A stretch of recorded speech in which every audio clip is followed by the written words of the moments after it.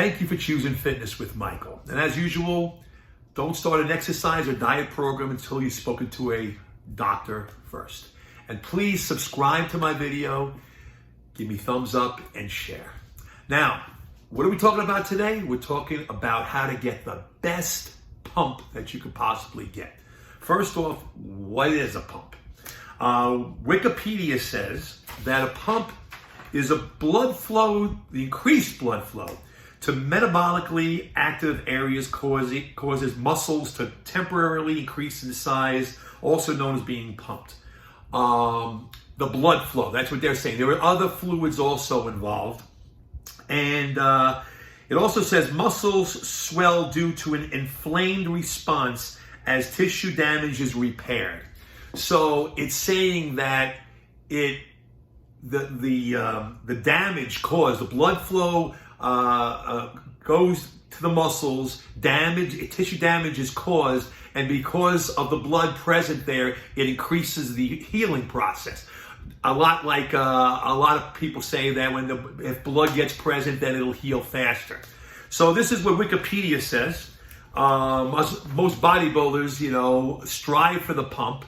It's a great feeling to have the muscles pumped up. Also, to us, it's a sign that you're increasing the muscle size, muscle growth. How do you get the best pump? How do we get the best pump? Well, higher reps. If you're doing single reps, double reps, 2, 3, 4, 5, those pretty much are going to be like for power lifters. Real bodybuilders aren't going to be doing, 2 reps, 1 reps. That's all more for your ego or whatever you're trying to do. You want to do higher reps. Complex carbs are important also. Complex carbs, help to get the pump. Increase the carbohydrate, glycogen level, get the pump. Flexing in between sets also helps with muscle control and keeping the blood in the muscle, in the area that you're working out. But the most important one, while you're exercising, this is the trick, is to stretch in between each set for the body part you're doing. That's the most important. A lot of pro bodybuilders, Mr. Olympias, Frank Zane's one of them, would do stretching for each body part in between the sets that they're doing for that particular body part. For instance, chest and back. Chest and back, we're starting with those. You would do a doorway stretch or a one-arm stretch for your chest. Chest and biceps. Chest and biceps.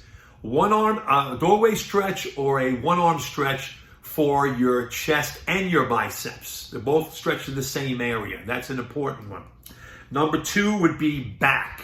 And then we'll do a lat stretch for the back. And you can adjust it to whichever area of the back you're using as far as lats go. The next is going to be your shoulders.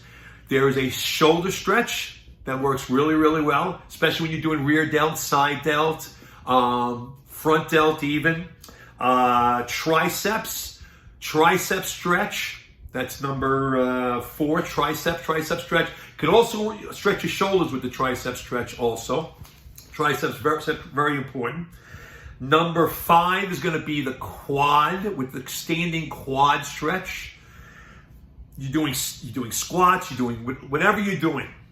You're doing leg blaster squats. You're doing the standing quad stretch in between each set. Number 6. Number 6 is the hamstring stretch. I do that standing. Most guys I do it standing, putting the heel on a piece of equipment, a bench or whatever it is, and leaning into the stretch. Number 7 is the calf stretch. I prefer on a block or a step or edge of a piece of equipment, where you're putting your heels down and you're stretching, keeping the heels down to as far down as you can go. And number 8 is the forearm stretch. And I prefer doing this for the forearm stretch. Just pulling fingers back. Doing this one here, bringing your hands to your chest, tends to work your shoulders too much. Just getting your fingers and stretching them back like that for the forearms works really, really good. So there you have it. There's what you're going to be doing in between each body part, the stretching in between each body part, and that will get you the best pump. The flexing, the carbs, the higher reps are all important, but that stretching in between each set, try not to miss a set rather. Stretching in between each set will pull that, along the exercise, will pull the blood into that muscle.